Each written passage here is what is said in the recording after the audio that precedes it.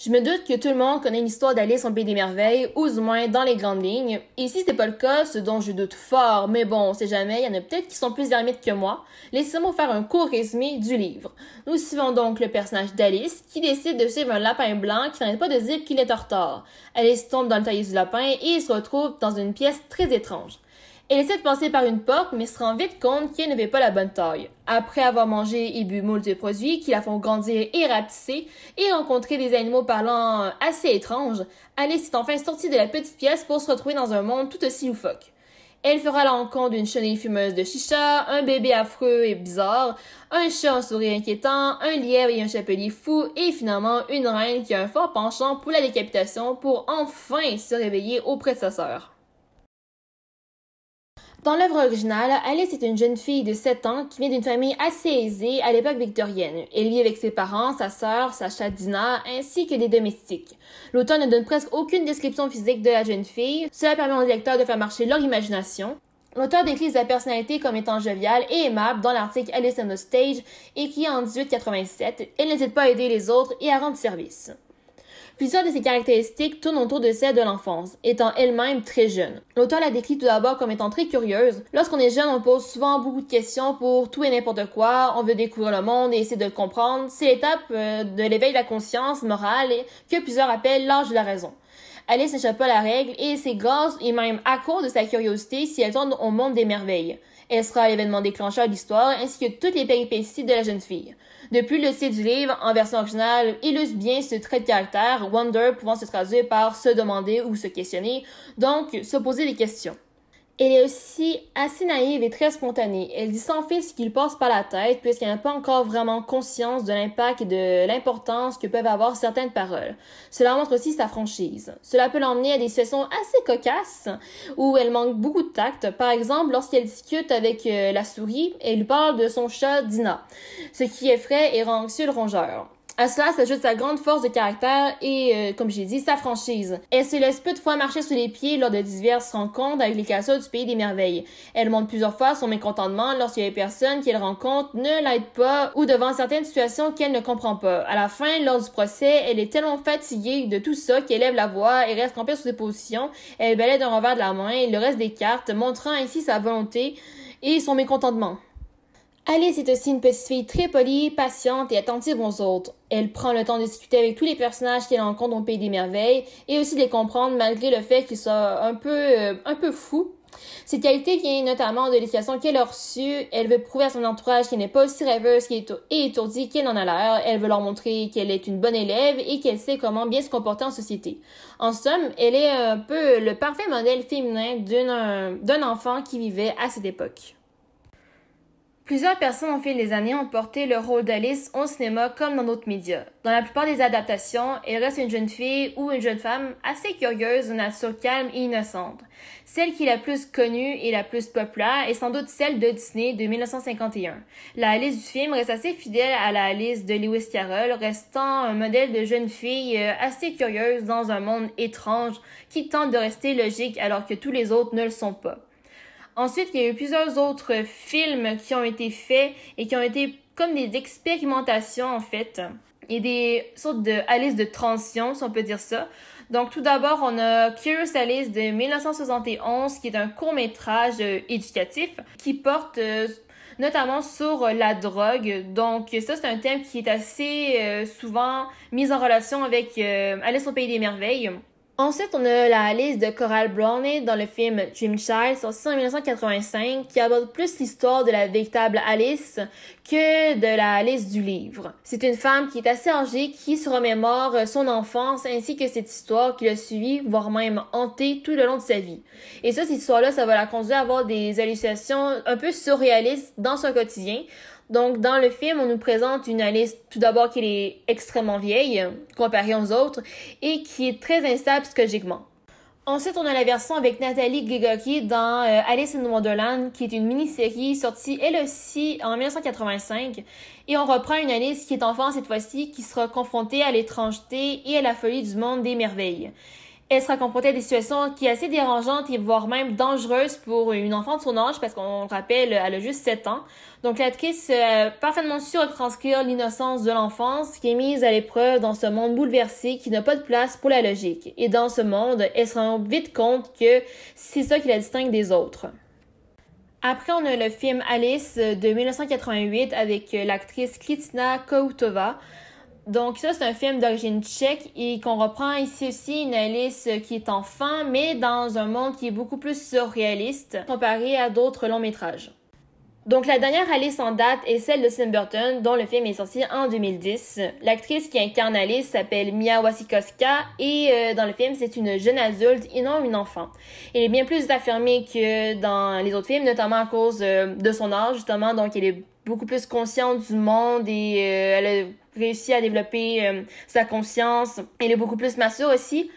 On la montre comme étant toujours aussi intelligente, mais aussi complètement perdue dans ses choix et dans sa vie. Elle sait plus trop où elle en est.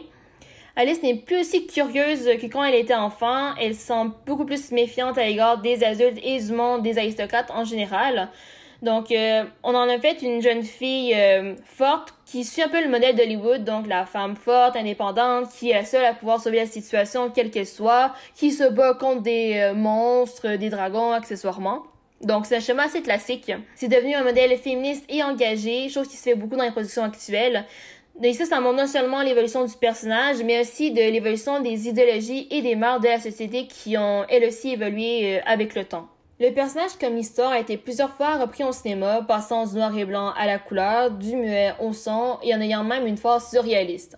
Encore aujourd'hui, c'est une icône de la littérature et du cinéma. Si l'univers est la chose qui a été le plus modifiée, le personnage d'Alice est celui qui a été le mieux réalisé en quelque sorte. Au fil du temps, plusieurs autres facettes du personnage se sont ajoutées, rajoutant ainsi la profondeur et la richesse à son personnage. S'il doit bien avoir un fil rouge dans toutes les interprétations, c'est l'intelligence dont fait preuve la jeune fille pour retrouver le chemin du retour.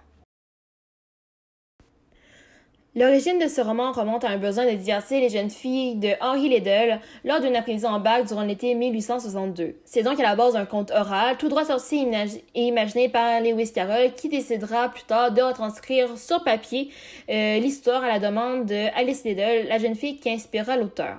L'histoire se devait donc d'être farfelue et assez absurde pour capter l'attention des fillettes. L'histoire est écrite à l'époque victorienne. Ce temps est marqué par les règles et les conventions. C'est une époque très austère où les différentes classes sociales sont soumises à des règles de vie en collectivité très strictes où la religion et la morale tiennent une place prépondérante. Les apparences sont importantes et l'industrialisation entraîne une exode rural. Le secteur industriel connaît aussi une véritable révolution. La population dans les villes croît, mais ce n'est pas le cas des salaires des ouvriers. Cela a pour conséquence d'accroître les inégalités entre les classes sociales. De ce fait, changer de classe sociale était assez difficile, pour ne pas dire impossible, la société étant très hiérarchisée. Dans un sens, on peut dire que le roman s'inscrit dans un besoin d'échappatoire au réel et d'un besoin de le critiquer. On est en plein courant du réalisme et en quitté le courant du romantisme depuis peu. Les histoires sont alors bien plus tournées vers la remise en cause des questions sociales, politiques et morales de l'époque. On y dépeint aussi beaucoup de misère. Alice in Wonderland n'y échappe pas, même si c'est fait d'une manière moins directe, puisque le public visé est avant tout les enfants. Alice au Pays des Merveilles, c'est justement en quelque sorte une critique sur les limites sociales de la société victorienne ainsi que des valeurs morales de l'époque.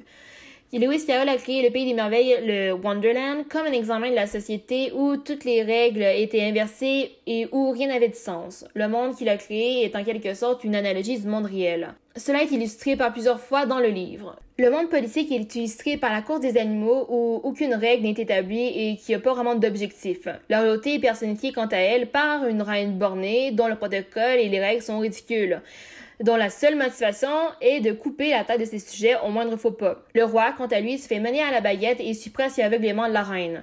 Il n'a pas vraiment d'importance dans le récit et même au sein du royaume et du pays des merveilles. La royauté a ici vraiment une mauvaise image. Il en va de même avec l'éducation, dont les matières sont alambiquées et qui est montrée comme des leçons à apprendre par cœur et n'ayant pas trop de sens. La justice, quant à elle, est très bien critiquée avec le procès final à la fin du livre. Il s'agit d'un procès sans queue ni tête qui est décidé à l'avance. La cause du délit est juste ridicule et très disproportionnée. Quant aux témoignages, ils n'ont aucun rapport avec les faits. Cela ressemble plus à une sorte de mascarade ou une mauvaise blague. La justice est injuste et dépend plutôt de l'humeur de la reine. Outre la société victorienne, c'est généralement le monde des adultes qui est critiqué puisqu'il est dépeint comme étant illogique, beaucoup trop baigné dans les conventions pour se rendre compte de son absurdité. Et tout cela se voit par le regard d'un enfant. Un regard peu qui n'a pas été souillé par la vie et encore innocent. Un enfant qui tente d'expliquer ce monde par la logique pour ne pas finir comme eux.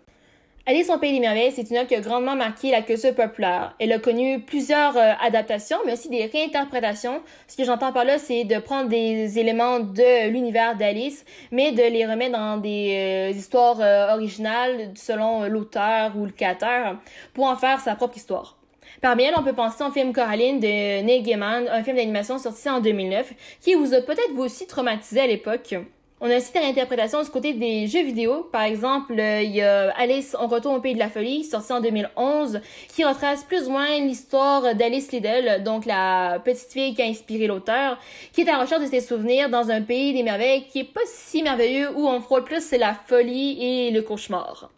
Concernant son rayonnement dans le monde, on peut penser au Japon. La place d'Alice dans la culture nippone est assez importante. Les Japonais voient dans le personnage une jeune fille modèle. L'héroïne démontre une certaine autonomie et une force intérieure qui lui permet de survivre au pays des merveilles. Son apparence suggère pourtant l'innocence et la fragilité. Cette dualité fait écho non seulement à celle du personnage, mais aussi à celle de la vision qu'ont les Japonais des fillettes. Alice est devenue au fil des années un symbole de féminité et de féminisme. Elle a été l'investigatrice d'une mode, celle du sweet Lolita japonais, qui est en quelque sorte un style vestimentaire qui met l'accent sur tout ce qui évoque la pureté, l'innocence ainsi que la jeunesse. Les tenues de Lolita sont souvent inspirées de ce que portaient les jeunes filles à Londres pendant l'époque victorienne. Le personnage a aussi permis en quelque sorte l'émancipation des femmes, notamment en ce qui concerne l'éducation et les droits, alors qu'on les voulait à la maison et docile. Cela conduit au Boriko, donc à avoir l'air mignonne et innocente pour manipuler son entourage. L'adaptation de Disney est la première dont je vais parler. Elle a été réalisée par les studios en 1951. À la base, ils voulaient reprendre le style des dessins du roman, mais ils se sont rapidement rendus compte que ça collait pas vraiment au format du cinéma. Ils ont donc adopté un style plus disneyen, donc des traits plus enfantins et plus simples à reproduire. Il s'agit d'une des adaptations qui peut sembler à première vue être l'une des plus fidèles en raison de son format. Le fait de faire de l'animation et non des prises de vue réelles avec de véritables acteurs accorde plus de liberté quant à la création de l'univers et des personnages puisque c'est juste des dessins. L'histoire est aussi décousue que le livre d'ailleurs. Le film se découpe en séquences indépendantes les unes des autres ayant comme seul lien Alice qui parcourt le monde des merveilles tout en faisant la rencontre de personnages hauts en couleur. Pourtant, le film n'attire pas son public à sa sortie et fait d'ailleurs perdre beaucoup d'argent à la compagnie. Donc, il y a eu beaucoup de critiques comme quoi le film respectait pas assez l'œuvre originale pour X ou Y raison.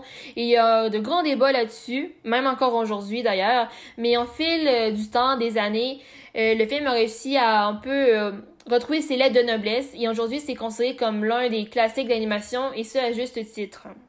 Maintenant que la présentation est faite, je vais passer à l'analyse de l'extrait. Il s'agit de la conversation entre Alice et le chat du Cheshire. Leurs premiers échanges permettent de mettre en place ce rapport qu'entretient Alice avec la folie, et ce par le biais du chat. C'est un rapport assez ambigu entre la nuisance et l'entraide, la dangerosité et la bienveillance.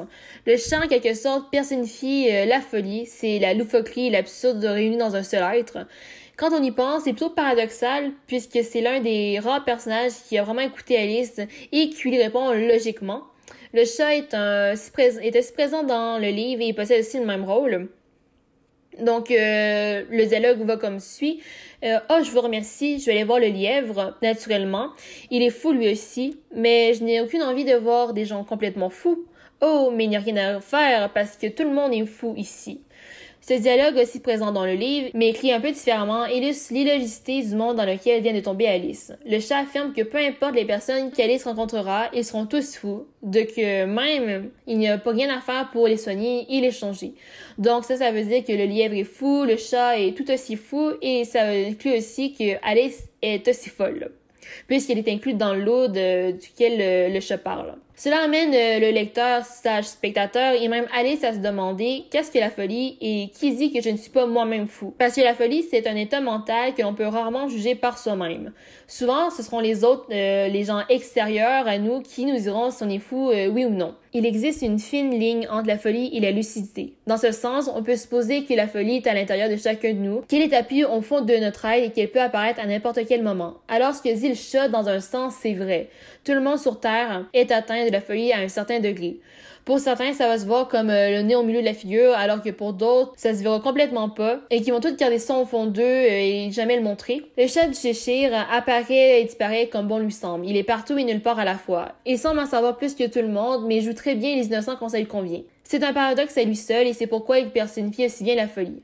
La folie, quant à elle, va aider Alice à se rendre compte de l'illogicité du monde et de la pousser à utiliser sa logique pour ne plus subir les événements et son environnement. Elle doit agir de sorte qu'elle puisse se sortir de cette situation. Le chat peut l'aider comme ne rien faire et la laisser se débrouiller toute seule. La folie peut te conduire à prendre de bons ou de mauvais chemins. Elle peut être bonne comme mauvaise. Quant à la folie d'Alice, c'est ton spectateur de juger si elle est bien folle ou non. Plusieurs adaptations et réinterprétations jouent sur cet aspect justement et seuls nous, les spectateurs, pouvons juger si cette jeune est tout simplement bien trop imaginative et rêveuse ou si cela ne cache pas un message caché concernant sa santé mentale. En ce qui concerne l'adaptation de Tim Burton, elle est sortie en 2010 et est aussi produite par Disney. Ces dernières possèdent plusieurs différences avec le roman d'origine. C'est d'ailleurs l'une des adaptations qui a pris le plus de liberté par rapport au roman. Donc tout d'abord, Alice n'est plus une petite fille, mais c'est une jeune adulte. Son rapport avec le monde des merveilles a changé aussi, alors que dans le livre, c'était plus tiré de l'imaginaire et du rêve. Dans le film, eh bien, c'est un univers qui est réel, qui est tangible, qui a de réelles conséquences sur la jeune fille, autant psychologique, bien entendu, mais aussi physique. Toutefois, le film mettra de côté tout l'aspect décousu et un peu surréaliste de l'univers de base pour une histoire plus linéaire. L'univers que présente le film est bien moins absurde et illogique que celui de Lewis Carroll. La critique de la société victorienne n'est pas aussi forte ni aussi explicite que dans le roman. Le film met en avant le passage de l'adolescence à la vie adulte. Cela est unique à la version de Tim Burton. Ce thème est aussi présent dans le livre, mais à un degré différent. Dans ce dernier, c'est plutôt le passage de l'enfance à l'adolescence, ou même de la petite enfance à l'enfance d'ailleurs. Alice grandit et rapetisse en fonction de ce qu'elle mange et de ce qu'elle boit. Son corps se modifie sans qu'elle le veuille. Certains y voient d'ailleurs une analogie avec la puberté, mais ça c'est une théorie comme une autre.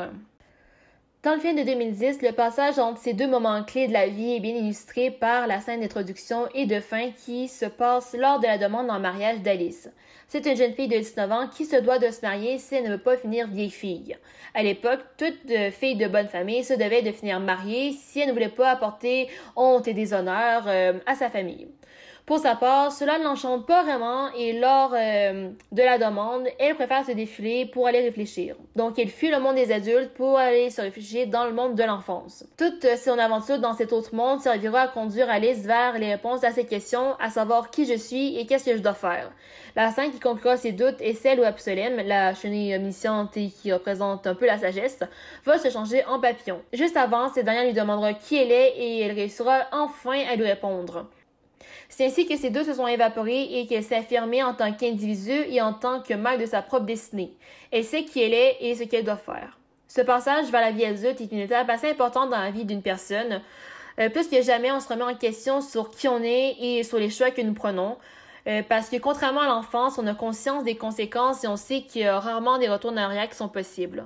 Nos choix ont de l'importance sur nos vies et nous en sommes les seuls responsables. C'est pourquoi Alice sera aussi hésitante quant à la demande d'Amish, la personne avec qui elle devrait se marier. Au fond d'elle, elle sait que ce n'est pas ce qu'elle veut, mais elle sait pas vraiment quoi faire pour se sortir de cette situation. Une grande pression, celle familiale et celle de la société, pèse sur ses épaules. À ses yeux, Amish représente un peu une sorte de prison dans laquelle elle va pas finir enfermée, mais comme Absolem qui se changera en papillon, Alice aussi se métamorphosera en la femme qu'elle veut être, celle qui n'est pas enchaînée par les règles et les mœurs d'une société qu'elle abjecte.